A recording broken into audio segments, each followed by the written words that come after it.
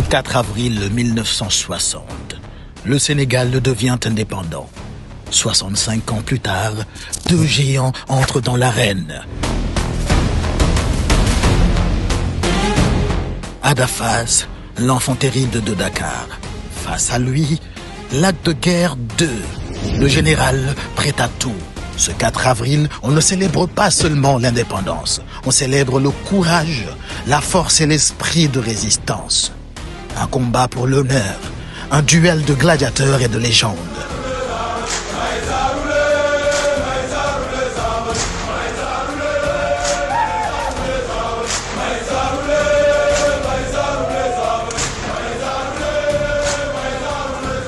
Préparez-vous, l'histoire s'écrit sur sceneaffiche.com en live pay-per-view.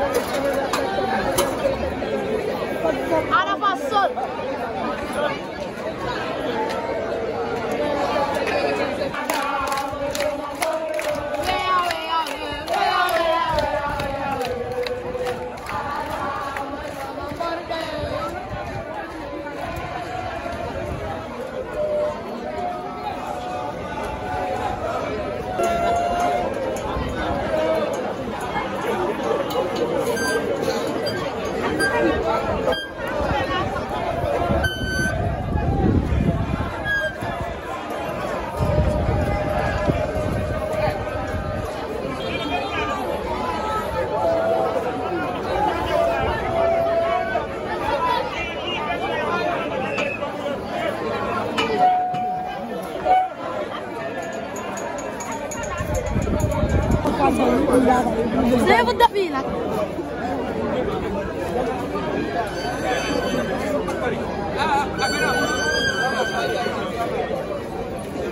Não fala muito.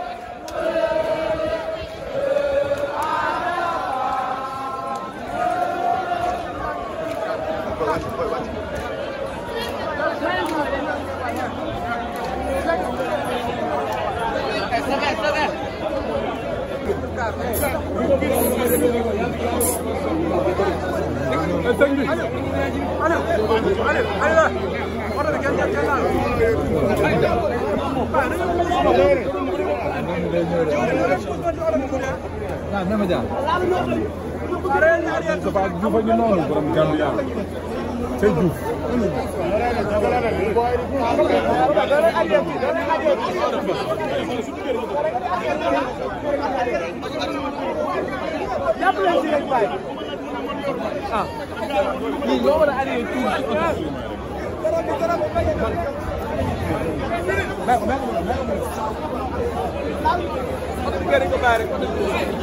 non mun ngeen taw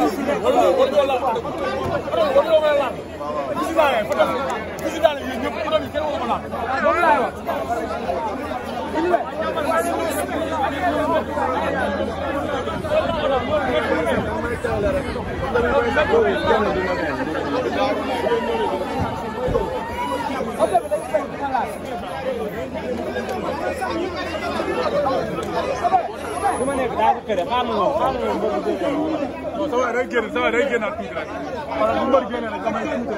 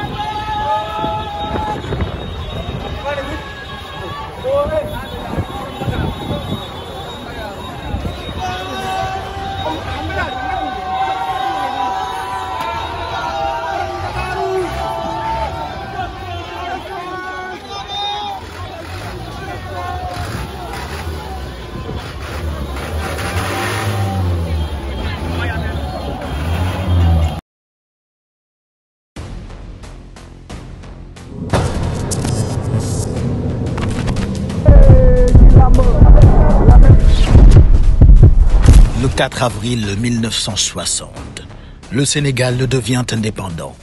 65 ans plus tard, deux géants entrent dans l'arène. Ada Fass, l'enfant terrible de Dakar. Face à lui, l'acte de guerre 2, le général prêt à tout. Ce 4 avril, on ne célèbre pas seulement l'indépendance, on célèbre le courage, la force et l'esprit de résistance. Un combat pour l'honneur, un duel de gladiateurs et de légendes.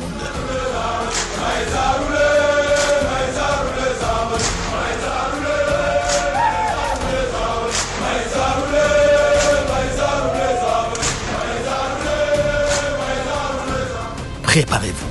L'histoire s'écrit sur sceneaffiche.com en live pay-per-view.